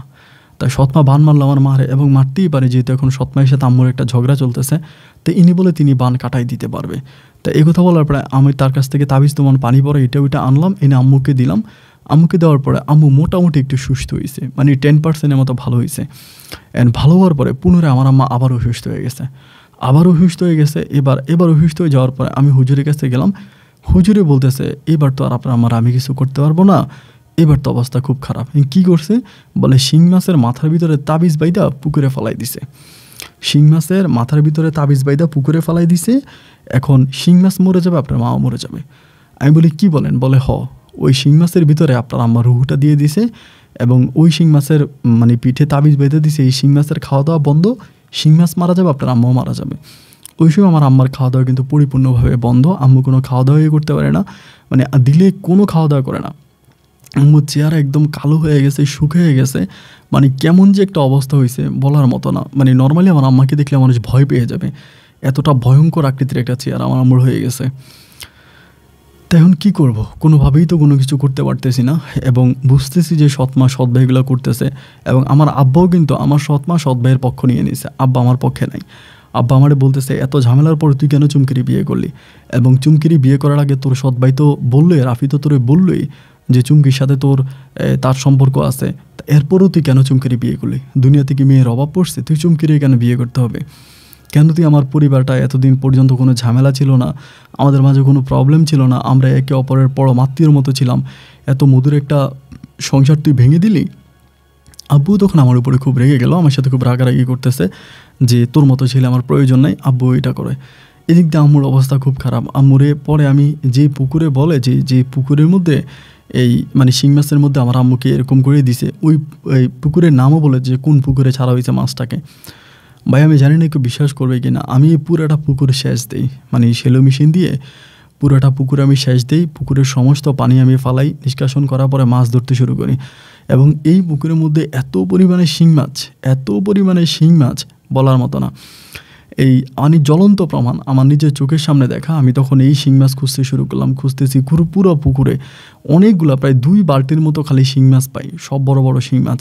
অ্যান্ড ওই শিং মাছটা পাই না, ওই শিং মাছটা পাওয়াই যায় না, পুরো পুকুর খণ্ড করে শিং মাছটা পাই না। হঠাৎ করে আমাদের এলাকার এক ছেলে বলে, ভাই শিং মাছ তো পাইছি, তাবিজ একটা ছোট্ট করে বাঁধা শিং মাছটা এটার মধ্যে, এবং শিং মাছটা অনেক লম্বা বাট অনেক হ্যাংলা ওরকম। আমাদের এলাকার এক ছেলে পাইছে ওই কাদামাটির মধ্যে, তাই এটার উঠাইছি। উঠানোর পরে আমি এটা নিয়ে দৌড়ে হুজুরের কাছে গেছি। হুজুরের কাছে নিয়েছি, হুজুর বাড়িতে নাই, মানে এরকম হাতে ধরে আমি নিয়ে গেছি। আমি এটা একটু ভুল করছি, আমি শিং মাছটাকে একটা পানির ভিতরে বা কিছুর মধ্যে নিয়ে গেলে হয়তো ভালো হইতো। আমি ওইটারে মানে এরকম কাটকাট ধরে মুখে ধরে আমি হাতে করে দৌড়ে নিয়ে গেছি হুজুরের কাছে, যে এটা কিনা, বা তাবিজটা অনেক ছোট, এটা কি তাবিজ নাকি তাও কিন্তু বুঝি না। হুজুরের কাছে নিয়েছি, বলতেছে হুজুর তো বাড়িতে নেই, হুজুরে এই মাঠে গেছে, মানে মাঠের মধ্যে আছে এটা বলতেছে। তা এটা বলতেছে, পরে আমিও তখন দৌড়ে এলাম, মাঠের দিকে দৌড়াইতেছে, মাঠের দিকে দৌড়াইতে হাতের মধ্যে শিং মাছটা মারা গেছে। তা হুজুরে কিন্তু পাইলাম না, মাঠে হুজুরে খুঁজতেছি, শিং মাছটা হাতের মধ্যে আমি তখনও কিন্তু তাবিজটা খুলি নাই, শিং মাছের থেকে শরীর থেকে তাবিজটা খুলি নাই। এদিকে আমার বাবারে খুঁজতে, হুজুরেই খুঁজতেছি, এর মধ্যে আমার বাড়ির মধ্যে চিৎকার পড়ে গেছে, বাড়ির মধ্যে চিৎকার দিছে। আমি আবার কী করলাম, এই মাছ লইয়া বাড়ির মধ্যে গেছি, যাইতেছি, আর মাছটা কিন্তু মানে হাতের মধ্যে মারা গেছে আর কি, মানে নাড়াচাড়া করতেছে না, মাছটা হাতের মধ্যে মারা গেছে। আমি ওই মাছটা মুট করে ধরিয়ে বাড়িতে যাই, দেখতেছি যে আমার মায়ের মুখ দিয়ে অলর গল রক্ত বাড়িতে আছে। অ্যান্ড এনিওয়েজ আমি তখন আম্মারে দৌড়ে দিলাম। শিং মাছটা তখন আমি ওই যে আপনার বাটি একটা ভিতরে রেখে ওটা দিয়ে ঢাকনা দিয়ে রাখলাম, রেখে আমার হসপিটালে নিয়ে যাচ্ছে। মাঝ রাস্তায় আমার মা এন্তেকাল করে, মধ্য রাস্তায় আমার আম্মা মারা যায়। এবং আম্মা মারা যাওয়ার পর আমি চিৎকার দিয়ে উঠলাম, সবাই বলতেছে মারা গেছে। তারপরে ওখানকার যে ছিল, হুজুর ছিল, মানে ওই আপনার ডাক্তার ছিল, ডাক্তারও বলে মারা গেছে।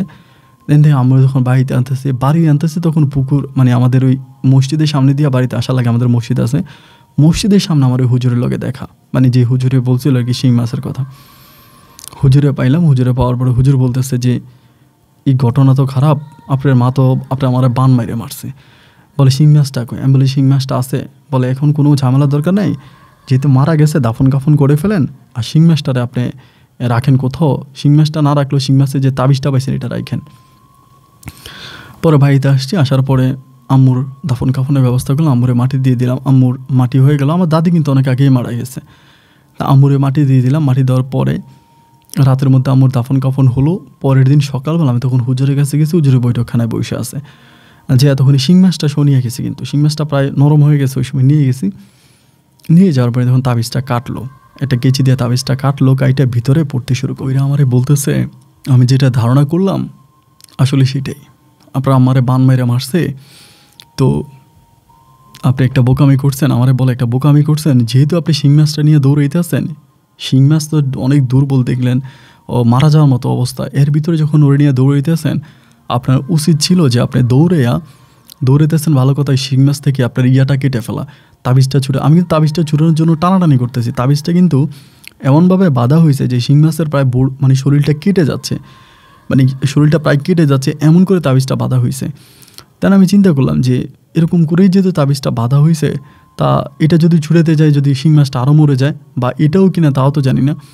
তো আসলে এটা আমার বোকামি হয়েছে। আমি এখন বুঝতেছি আমার ওই সময় তাবিজটা যদি আমি খুলে ফেলতাম বা দাও দিয়ে কেটে ফেলতাম তাবিজটারে, তাহলে হয়তো আমি বাঁচাই দিতে পারতাম। এটা আল্লাহই ভালো জানে আর কি, আল্লাহর কুদরত, আল্লাহ তাআলা মহান রাব্বুল আলামিনে ভালো জানে। পরে আমার আম্মু সে জায়গায় শেষ হয়ে গেল, আম্মু মারা গেল। আর পরে হুজুর বলতেছে যে তাবিজটা খুলে আমারে বলে যে হ্যাঁ, এই তাবিজের ভিতরে আপনার আম্মুর নামে কুফরি করা হয়েছে। এবং আমি তখন এই বিষয়টা আমার আব্বারে বললাম যে আব্বা, এমন ঘটনা, আমার সৎ ভাই আর আমার সৎ মা মিল্লা আমার আম্মারে তাবিজ করছে। আমার আব্বা তো তখন আমার আরও গালাগালি, যে তোর এত বড় সাহস, তুই এখন তোর সৎ মায়ের নামে বদনাম দিতেছস, এই তুই চুমকিরে বিয়ে করলি কেন? আব্বু খারাপ আচরণ করতেছে, খারাপ ব্যবহার করতেছে আমার সাথে। তা মনটাও তখন খুব খারাপ হয়ে গেল। আমি আর মোটামুটি কিছু বলি না, আমার আব্বারে বলি যে ঠিক আছে, তাহলে তোমার সাথে আমার কোনো কথার দরকার নেই, যেহেতু আমার মা মারাই গেল, আর আমার আম্মার মৃত্যুর কোনো বিচার আমি পাইলাম না, তোমার কাছেও পাইলাম না, কারো কাছে পাইলাম না, আমি এই বিচার চাইও না। তো আমার মনটা তখন অনেক ছোটো হয়ে গেছে, অনেক ভেঙে গেছে। তো আমি দেশে থাকবো না, আমি বিদেশে চলে যাব। ওই সময় অনেকেই বিদেশে যায়, সবাই বেশিরভাগ মানুষ বিদেশ থাকে, বিদেশে যায়। তাই না আমার ইচ্ছে হলো আমি বিদেশে চলে যাব। আব্বারে বললাম যে আব্বা, আমার কিছু টাকা পয়সা দাও, কিছু জায়গা টায়গা আছে, কিছু বিক্রি টিক্রি করে কিছু টাকা দাও, আমি চলে যাই, আমি বিদেশে চলে যাব। আমার আব্বা বলে বিদেশ চলে যাবে মানে? বিদেশে যাবে এটা কী ধরনের কথা? তোর বিদেশে যাওয়ার প্রয়োজন নাই, দেশে থাক, গাড়ি চালাইতে আসছস, গাড়ি চালাই চল। আমি বললাম যে না, আমি আর গাড়ি চালাবো না, কারণ আমি আর এই সৎ মা আর সৎ ভাইয়ের চেহারা দেখতে চাই না। আর বাড়ি থেকে যদি আমি আমার বউরে নিয়েও যাই, তারা আমার জায়গায় সম্পত্তি, আমার যে বাড়িতে যে জায়গাটুকু আমার আছে এগুলোও দখল করে ফেলবে, আমার বাড়ির জায়গাটাও দখলে নিয়ে যাবে। এই জন্য আমি আমার বাড়িঘরও ছেড়ে যাব না। তারপরে বললাম যে আমি চলে যাবো, আমার বিদেশের জন্য কটা টাকা দাও। না, আমার আব্বা আমার কোনো টাকা দিবেই না। আব্বার কথাই একটা যে না, আমি কোনো টাকা দিব না, তুই কেমনে যাবি তুই জানোস। অ্যান্ড এরকম করতে করতে প্রায় 5-6 দিন পরে আমি হঠাৎ করে দিন গাড়ি অ্যাক্সিডেন্ট করি। আমি হাতে ব্যথা পাই। আমার বউরে এসে আমি বলি, চুমকিরে বলি যে চুমকি, আমি কিন্তু গাড়ি চালাইতে পারবো না, আমি কিন্তু গাড়ি চালাইলে অ্যাক্সিডেন্ট করবো, আমার মাথা মুথা ঠিক না, আমি বিদেশে চলে যাবো, আমি বিদেশের বড়ি খেয়ে ফেলছি, আমি বিদেশের বড়ি খেয়েছি, আমার বিদেশে যাওয়া লাগবে, আমি দেশে থেকে কোনো কিছু করতে পারবো না। ও আমাকে বলে, তো তোমার আব্বা তো তোমাকে 1 টাকাও দিবে না। তিনি ডাইরেক্টলি বলে দিছে, তাহলে এখন বিদেশ তুমি কেমনে যাবা? এমতো অবস্থায় চুমকি হঠাৎ করে বলতেছে, তাহলে একটা কাজ করি, আমাদের যে ঘর বিটাটা আছে, আমাদের ঘর বিটাটা বিক্রি করে দিই। চুমকিরা খুব গরিব ছিল, জাস্ট ওর ঘর বিটা ছাড়া আর কিছুই নেই। আমার বলে, ঘর বিটাটা বিক্রি করে যে টাকাটা পাবো ওই টাকাটা তোমার দিয়ে দিই, তুমি বিদেশে চলে যাও। আমি বললাম, ঘর বিটা তুমি বিক্রি করে দিবা, তবে ঘর বিটা যদি বিক্রি করো তোমার আম্মা কোথায় থাকবে? ও আমাকে বললেন, বারে আমার আম্মা আমার সাথে থাকবে, আমার আম্মাকে আমার শ্বশুরবাড়িতে নিয়ে আসবো, আমি এখন যে ঘরে আছি এই ঘরে আম্মাকে নিয়ে আসবো। তোমার আম্মা যেরকম আমার কাছে ছিল এরকম করে আমার আম্মা আমার কাছে থাকবেই, সমস্যা কি, ওই ঘর বিটাটা বিক্রি করে ফেলি। আমি বললাম যে ঘর বিটাটা বিক্রি করাটা কি ঠিক হবে? ও বলে, হ্যাঁ অবশ্যই ঠিক হবে।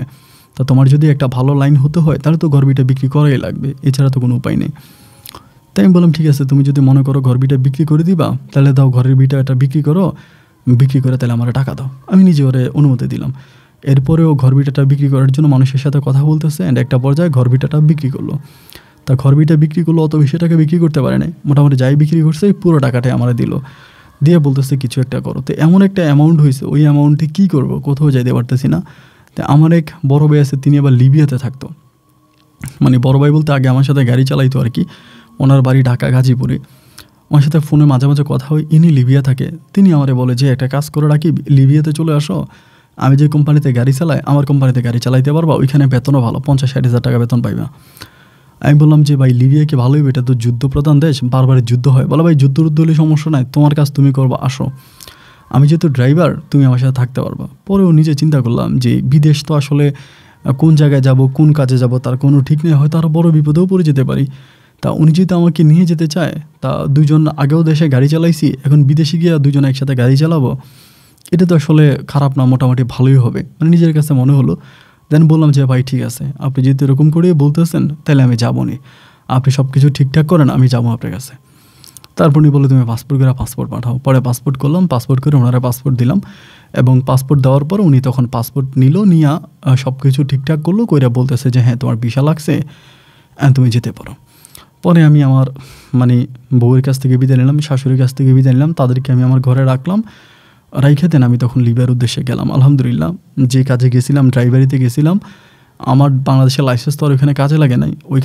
ওইখানকার যে কফিল আছে, মালিক আছে, তিনি আমাকে আবার নতুন করে ড্রাইভিং স্কুলে ভর্তি করাইছে, এবং দীর্ঘ অনেক মাস পরে আমার ড্রাইভিং লাইসেন্স বেরোইছে। ড্রাইভিং লাইসেন্স বেরোয়ার পরে আমি আমার বন্ধুর সাথে ড্রাইভিং করতেছি, এখানে আমি অনেক ভালো আছি। আর এরই মাঝে আমার কিন্তু কোনো বেবি হয় নাই, কোনো বাচ্চা কাচ্চা হয় নাই। তা বাচ্চা কাচ্চা কেন হয় নাই এটাও কিন্তু বুঝি না, না হওয়ার কারণ কি তাও কিন্তু জানি না। তো এমন করে অবস্থা, আমি তখন বিদেশে, আমি তখন এই যত টাকা পয়সা ইনকাম করতেছি ওই সবই আমার বউয়ের কাছে দিচ্ছে, কারণ আমার বউ ছাড়া, চুমকির মা ছাড়া তো আমার আপন বলতে কেউ নাই, আমার আব্বাও তো থেকেও নাই। বিদেশ চলে আসবো, আমি ঢাকাতে আসবো, আমার আব্বার পা ধরে যখন সালাম করতে গেছি, আব্বা পা সরাই ফেলছে। আমার বলে, তুই আমার সন্তান না, তুই আমার পায়ে ধরবি না। পা ধরে পর্যন্ত আব্বা আমাকে সালাম করতে দেয় নাই। তো এই জন্য আর আব্বুর সাথে বিদেশে আসার পরে আর রাগ করে কথা বলি না, আব্বুর সাথে কোনো কথাই নেই, যেহেতু আব্বু আমাকে পা ধরে পর্যন্ত সালাম করতে দেন, আমার কাছ থেকে দূরে ছিল। এবার তখন আসি, টাকা পয়সা ইনকাম করতেছি, আলহামদুলিল্লাহ ভালোই পাইতেছি, 60,000 70,000 টাকাও মাসে মাসে ইনকাম হচ্ছে। তা সব টাকাই চুমকির কাছে দিতেছি, চুমকি ওই টাকা দিয়ে জায়গা সম্পত্তি কিনতেছে বা বাড়িঘর করতেছে, ঘর দুয়ার ঠিকঠাক করতেছে। অ্যান্ড এরই মাঝে আমার যে ছোটো ভাই আছে রাফি, ও তখনও পড়াশোনা শেষ করে কোথায় যেন একটা প্রাইভেট কোম্পানিতে না ব্যাংকে চাকরি পেয়েছে শুনেছি। তাও আমার ভাই ভালো থাকুক, চাকরি বাকরি করুক, ও ভালো থাকুক, আমার কোনো সমস্যা নেই। তা এরকম করে সময়গুলো কাটতে কাটতে একদিন হঠাৎ করে আমি আমার বউর সাথে কথা বলতেছি, ফোনে কথা বলতেছি, এটা প্রায় আমার 3 বছর হয়ে গেছে আর কি, বিদেশে যাওয়ার পরে 3 বছর। তা 3 বছর পরে ওর সাথে কথা বলতেছি, ওই সময় শাশুড়িও অনেক অসুস্থ, শাশুড়িও আছে। তা আমি বললাম যে তুমি করো, এই কার একটা কণ্ঠ শুনলাম আর কি, পুরুষের একটা কণ্ঠ, কার সাথে কথা বলো, কে এটা? ওর বউই বলতেছে। পরে বলতেছে রাফি। আমি বললাম রাফি কেন? একটু বাজারের জন্য, বাজারে পাঠাইছি টাকা দিয়ে বাজার করার জন্য। আমি বললাম যে চুমকি তুমি রাফির সাথে কথা বলো কেন? ও আমাকে বলে আরে তুমি বুঝো না কেন, মা আর আমি আমরা দুজন মহিলা মানুষ, এই বাড়িতে কোনো পুরুষ নেই, কোনো পুরুষ লোক নাই, তা একটা পুরুষ লোক লাগে না, এই জন্য ওরে দিয়ে মাঝে মাঝে বাজার সাজার করাই, সমস্যা কি? এটা নিয়ে তুমি টেনশন করো না। আমি বললাম যে দেখো এরপরেও রাফি কিন্তু তোমারে পছন্দ করতো। ও বলে পছন্দ করতো ঠিক আছে, অ্যান্ড আমি তোমার ভাই যে আমারে পছন্দ করতো এটা আমি যাই না, ওরা আমি অনেক বছর ঘুরেছি, সো তুমি এটা নিয়ে চিন্তা করতে হবে না, তুমি তোমার টেনশন করো না, তুমি বিদেশ করো, ঠিকমতো টাকা পয়সা কামাও, এসব নিয়ে তোমার ভাবনা চিন্তার দরকার নেই। তাই আমি বললাম যে আচ্ছা ঠিক আছে সমস্যা নেই, আমি ওর মতো ওরে কথা বললাম। অ্যান্ড এরকম করে সময়গুলো কাটতে কাটতে একটা সময় হঠাৎ করে আমার শাশুড়ি মারা গেল। খবর পাইলাম, চুমকি ফোন দিয়ে কান্নাকাটি করলো, মা মারা গেছে। তখন খুব খারাপ লাগলো আর কি, কষ্ট হইলো যে আমার শাশুড়ি মারা গেল। যাই হোক ওর দাফন কাফন হয়ে গেল, আমাকে কল দিয়া বললো, আমি শুনলাম, নিজে অনেক খারাপ কষ্ট পাইলাম। আমি ওইখানে মিলাদ পড়াইছি নিজেও, লিবিয়াতে আমি নিজেও দোয়া পড়াইছি হুজুর টাইকা।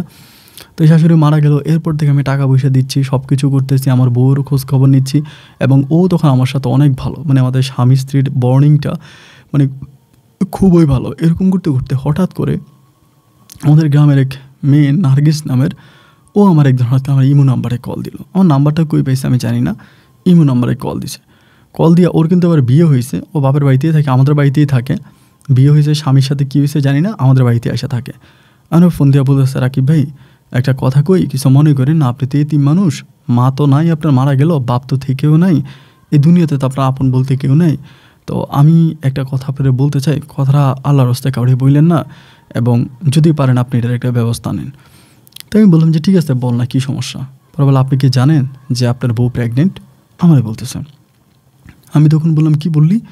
আমার বউ প্রেগনেন্ট? বলে হ্যাঁ আপনার বউ প্রেগনেন্ট, আপনার বউর পেটে কিন্তু বাচ্চা আছে। আমি বললাম এটা তুই কী বলিস? আমি আজকে 4-5 বছরের মতো বিদেশে, আমার বউয়ের পেটে বাচ্চা আসে কোত্থেকে? আমার বউ টাকা পাই, আমার বউ এটা কীভাবে সম্ভব? পরে বলে আপনার বউয়ের পেটে যে বাচ্চা আছে ওই বাচ্চা অন্য কারো না, রাফির বাচ্চা। আমি বললাম মানি? পরে বলে রাফি আপনার বউয়ের সাথে থাকে, আপনার বউর সাথে ঘুমায়, একসাথে পুকুরে গোসল করে, ডলাডলি ঘষাঘষি, একসাথে থাকে, একসাথে ঘুমায়, একসাথে খায়, কী যে একটা অবস্থা, মানে আল্লাহ ছাড়া কেউ জানেন। এই গ্রামে মুখ দেখাইতে পারি না, রাফির ভয়ে কেউ রাফির উপরে কথাও বলে না, কিন্তু রাফি আপনার বউ নিয়ে এরকম তামাশা দেখাইতেছে। আমি ওর কথা শোনার পরে গ্রামের আরও তো মহিলা আছে, অনেককেই ফোন দিলাম, অনেক ছেলেদেরকে কল দিলাম, সবাই একটা কথাই বলতেছে যে ভাই ঘটনা সত্য, আপনার ছোটো ভাই এমনি এমনি আপনার বউরে নিয়ে রাত কাটায়, আপনার বউরে নিয়ে থাকে, এগুলো আপনার ছোটো ভাই করে। সবাই তখন আমার কাছে সাক্ষী দিল যে হ্যাঁ আমার ছোটো ভাই এগুলো করে বেড়াইতে আছে। অ্যান্ড এমন অবস্থার ভিতরে আমি হঠাৎ করে একদিন উনি আমারে বলতেছে আমি অসুস্থ, চমকে বলে আমি অসুস্থ, ডাক্তারের কাছে যাব এটা বলছে। বলার পরে ও ডাক্তারের কাছে গেছে, যেই ডাক্তারের কাছে গেছে ইকবাল ডাক্তার, ওই কিন্তু আমার পরিচিত, মানে ওর ফোন নাম্বার আমার কাছে আছে। ইকবাল আমি তখন ফোন দিলাম যে দেখ আমার বউ আসতেছে, আমার বউয়ের পেটে বাচ্চা আছে কিনা তুই এটা একটু টেস্ট করে ফেলবি। ও আমাকে বলল আচ্ছা ঠিক আছে সমস্যা নাই, আমি প্রস্রাব পরীক্ষার নাম করে বাচ্চা টেস্ট করবো, তুই চিন্তা করিস না। অ্যান্ড এই কথা বলার পরে ইকবালের কাছে যাওয়ার পরে প্রস্রাব পরীক্ষা করছে। কেমনি ইকবাল আমার ফোন দিয়ে বলছে দোস্ত কথা তো সত্য, তোর বউর পেটে তো বাচ্চা আছে এবং ছেলে বাচ্চা। মানে কেমনি ও পরিপূর্ণভাবে বলে, মানে কী যে করছে ও একদম সম্পূর্ণ বলে ফেলতেছে। আমি বললাম যে তুই? বলে হ্যাঁ দোস্ত আমি ক্লিয়ার হয়ে বলতেছি পেটে বাচ্চা আছে। তাই আমি বললাম দেখ আমি তো আজকে 5-6 বছর বিদেশ, ওর পেটে বাচ্চা আসলো কোত্থেকে? ও আমার ওই বন্ধু, ওর কিন্তু ও বাজারের দোকান আর কি, অনেক দূরে। ও আমারে বলে শুনেছিলাম তোর বউ নাকি তোর ভাইয়ের সাথে থাকে, এটা কি সত্য নাকি? অনেকের মুখে শুনতাম আর কি, তুই আমার ক্লাসমেট তো, বন্ধু তো, এটা মানুষজন বলতো, মানুষের মুখে শুনতাম। এইটা শোনার পরে আমি ওর মুখ থেকে শুনলাম, শোনার পর আমি তখনও কিন্তু চুমকিরে কোনো কিছু মানে কোনো কথাবার্তা বলি না।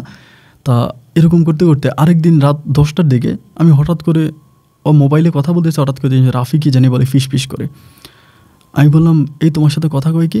বলে রাফি রাত 10টা বাজে তোমার ঘরে কেন? ও বলে আসলে সমস্যা কি? আমি একটা মানুষ, আমার ভয় লাগে না? আমি কেমনে থাকি ঘরের মধ্যে একা একা? আমার ভয় লাগে না? আমার ভয় লাগে না, আমি কেমনে থাকবো? আমার মাও মারা গেছে, আমি একটা মেয়ে কীভাবে ঘরের মধ্যে থাকি? তোমার বারবার কইছে আমার এই লিবিয়াতে নিয়ে যাও, তুমিও তো নিচ্ছ না।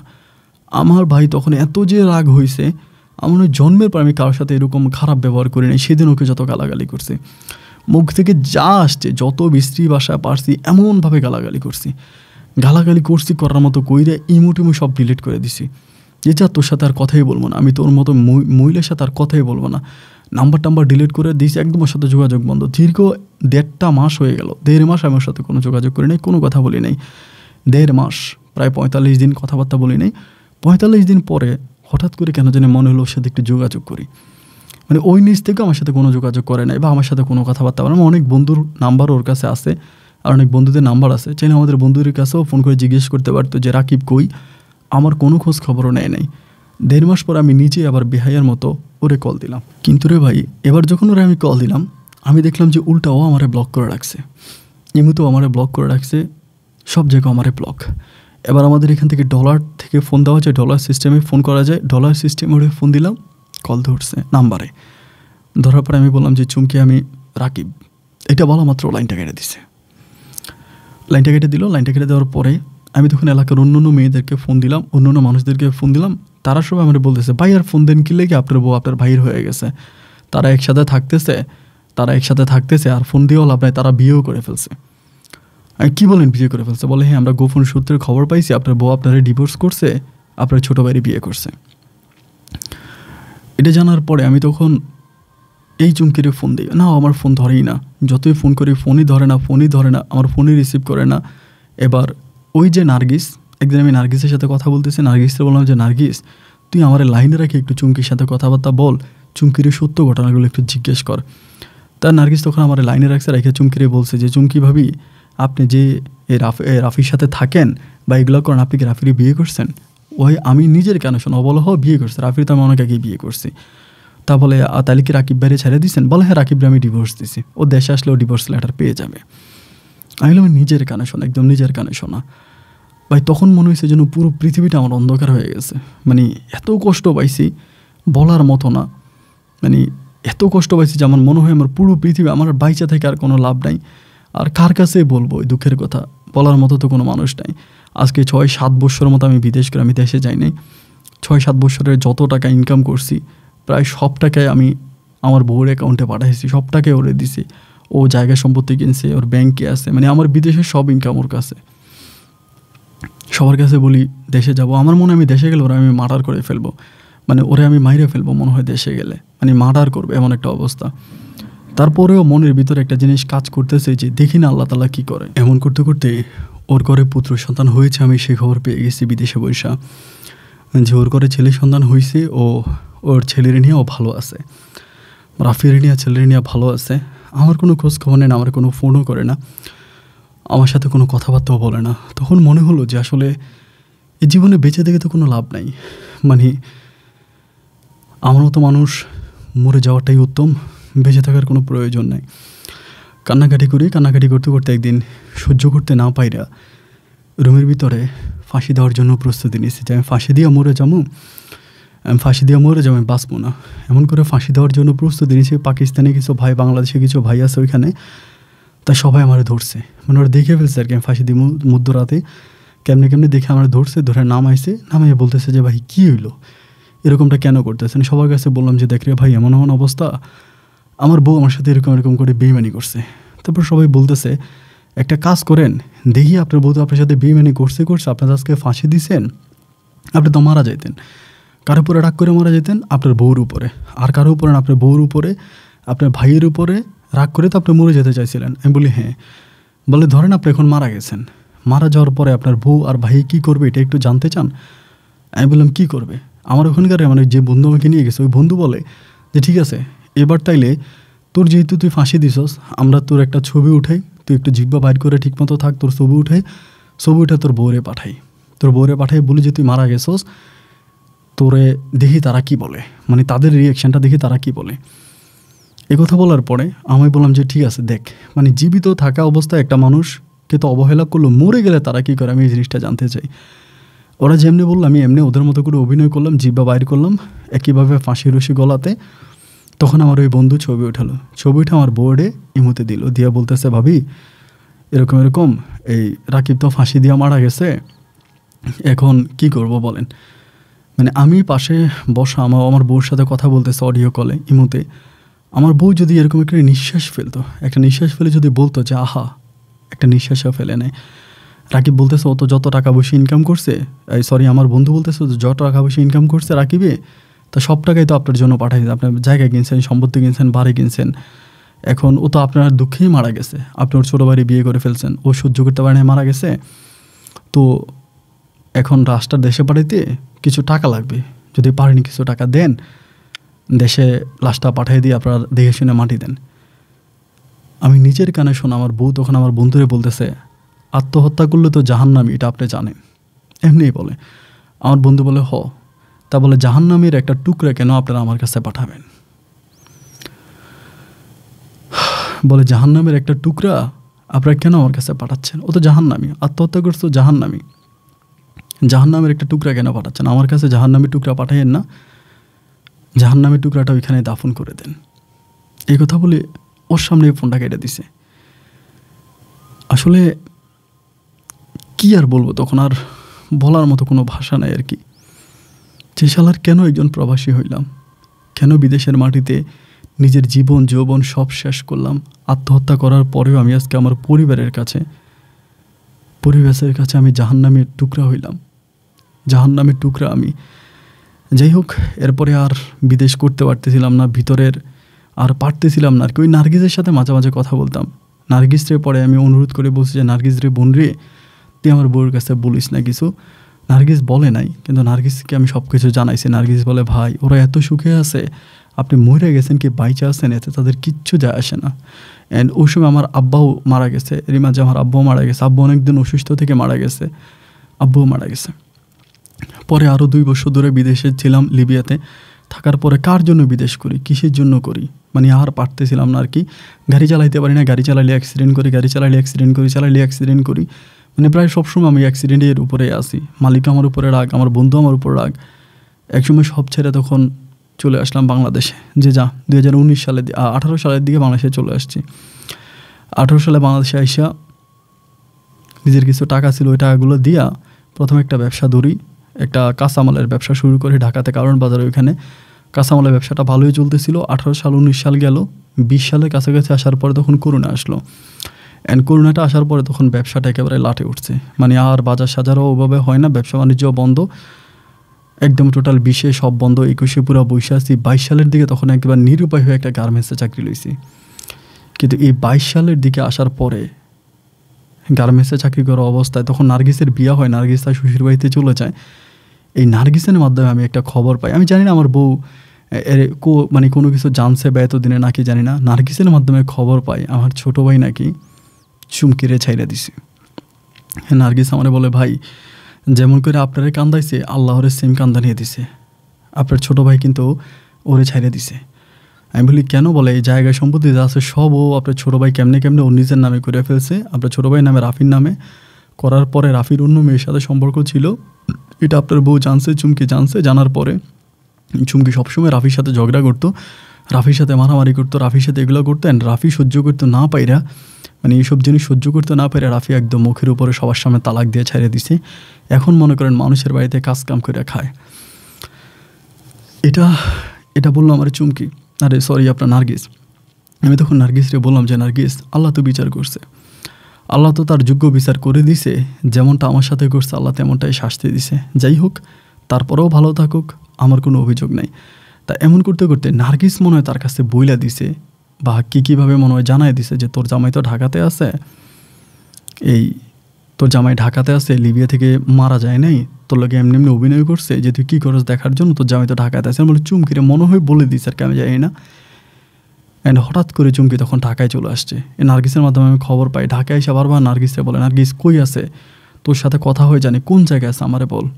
এই আমার ছেলেরে নিয়ে ঢাকা শহরে আমারে খোঁজে, ঢাকা শহরে আমারে খোঁজে। আমি নার্গিসরে বলি, নার্গিস কোন জায়গায় আছে একটু বলতো। নার্গিস আমারে বলে, ভাই অমুক জায়গায় আছে। আমি মাস্ক পইরা ক্যাপ পইরা অমুক জায়গায় যাই, আমি দেখি অন্যদিনের কথা বাদ দিলাম, মানে এতটা কষ্টে মানে থাকতেছে এই বাচ্চাটারে রাইখা। ও গার্মেন্টসে যায়, গার্মেন্টসে চাকরি করে, গার্মেন্টসে চাকরি নিছি, বাচ্চাটারে রাইখা গার্মেন্টসে যায়, গার্মেন্টস থেকে আবার আসে, বাচ্চাটারে খাওয়ায়। মানে কী যে একটা কষ্টের ভিতরে আছে, কী যে একটা দুঃখের মধ্যে আছে, আমি এটা বলে বোঝাতে পারবো না আপনাকে। এই রমজান মাসের কথা বলি, এই রমজানে পর্যন্ত এই পোলাটা মনে হয় প্রতিবন্ধী আর কি, ছেলেটা প্রতিবন্ধী হবে, প্রতিবন্ধীর মতোই দেখলাম আর কি। আমি তো ওভাবে সরাসরি দেখার সুযোগ পাই না, ওর কোলে বা আশেপাশের মানুষগুলোর থেকে যেটা জানতে পারি ছেলেটা প্রতিবন্ধী হয়েছে। হাত পা নাড়াইতে পারে না, মুখে খাবার তুলে দিলে বের করে দেয়, পায়খানা করে পায়খানা খেয়ে ফেলে, খুব খারাপ একটা অবস্থা। তা এরকম এই প্রতিবন্ধী ছেলেটার নিয়েও গার্মেন্টসে চাকরি করে ও দিনের রাতের দিন বানাইয়া এই রমজান মাসে পর্যন্ত কত যে পরিশ্রম করতেছে রে ভাই, উপরের এক আল্লাহ ছাড়া কেউ জানে না। তা ছেলে বড় হয়েছে, বড় হওয়ার পরেও অনেক বড় হয়েছে, কিন্তু বড় হওয়ার পরেও এখনও প্রতিবন্ধীর মতোই, ওই প্রতিবন্ধীর মতোই হাঁটতে গেলে পড়ে যায়, এই একটা অবস্থা। আমি আমার বিদেশি বন্ধুদের সাথে আলোচনা করি, দেশের মানুষের সাথে আলোচনা, সবাই আমার বলে যাহা বার্তা হইছে, এক সময় তো চুমকি তোরে টাকা দিয়ে বিদেশে পাঠাইছে, তুই তারা মাইনা নে।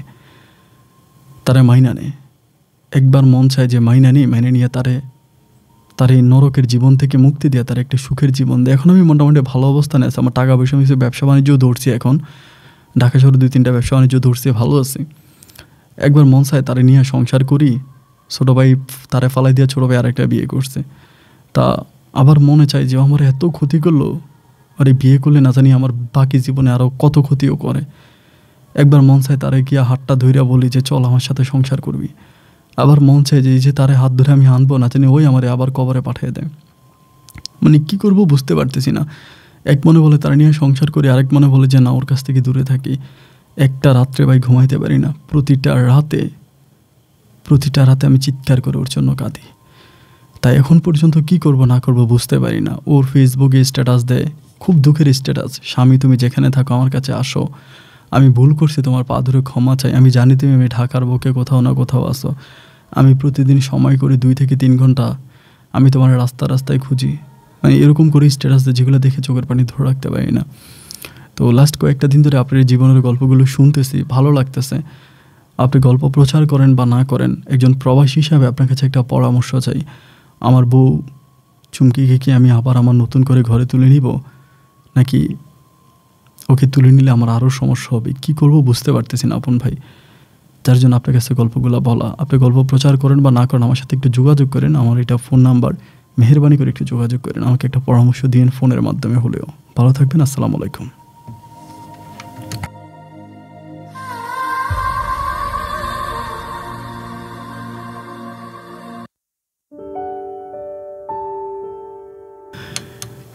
প্রিয় বন্ধুগণ, সবাইকে অনেক বেশি ধন্যবাদ এতক্ষণ পর্যন্ত বরিশালের ভাই রাকিব হোসেনের জীবনের বাস্তব গল্পটা শুরু থেকে শেষ পর্যন্ত আমার মুখ থেকে শোনার জন্য। ওনার গল্পটা লাস্টের দিকে অনেক বড়, অনেক কাহিনী আছে। বউর সাথে কোথায় কোথায় লুকোচুরি করে, তাদের লুকোচুরি হয়, অনেক সময় ওনার বউকে দেখে, বউ ওনার সামনে দিয়ে যায়, তারপর ওনাকে চিনতে পারে না। উনি এখন অনেক দাঁড়িয়ে রাখছে এবং ওনাকে আসলে বাস্তবে দেখলে চেনা যাবে না। অনেক বছর আগে দেখেছে, এখন আর দেখলে ওভাবে চেনাও যায় না। উনি আমাকে যেটা বললো, অনেক স্বাস্থ্যবান হয়ে গেছে উনি। তা আমি কি বলবো, আমার এক মর্মে মনে হয় যে একবার বেইমানি করে সে শতবার বেইমানি করতেই পারে, এটা আমার মনে হয়। আবার মনে হয় যে ক্ষমা পরম ধর্ম, ক্ষমা আল্লাহ তাআলা পছন্দ করে, ক্ষমা করে দিয়ে তাকে একটা সুযোগ দেওয়া যেতে পারে। কিন্তু যত বড় অপরাধ চুমকি করেছে, এর অপরাধের কি ক্ষমা আদৌ আছে? আপনাদের কাছে কি মনে হয় বন্ধুগণ? এই গল্পটা নিয়ে আমি কোনো মন্তব্য করতে চাই না। আমারও ঠিক রাকিবের মতো এক মনে হয় বউকে নিয়ে চলে আসুক, ক্ষমা করে দেখ। আরেক মনে হয় বিষাদ সাপ তো যে কোনো সময় আবারও ছবল বসায় দিতে পারে। এই জন্য আপনাদেরকে অনুরোধ করবো যে আপনারা অন্তত আজকের জন্য যারা গল্পটা শুনেছেন, আপনারা প্রত্যেকে একটা কমেন্ট করবেন। আপনাদের কমেন্টের মাধ্যমে রাকিব ভাই হয়তো তার জীবনের একটা সঠিক সিদ্ধান্ত নিতে পারবে। এটা বিনীতভাবে আপনাদের কাছে অনুরোধ করছি। বন্ধুরা সবাই ভালো থাকবেন, সুস্থ থাকবেন। আপনাদের সুস্থ থাকার প্রত্যাশায় আমি আপনার আজকের মতো এখানেই বিদায় নিচ্ছি। দেখা হবে অন্যদিন অন্য কারো বাস্তব জীবনের গল্প নিয়ে। আল্লাহ হাফেজ অ্যান্ড আসসালামু আলাইকুম।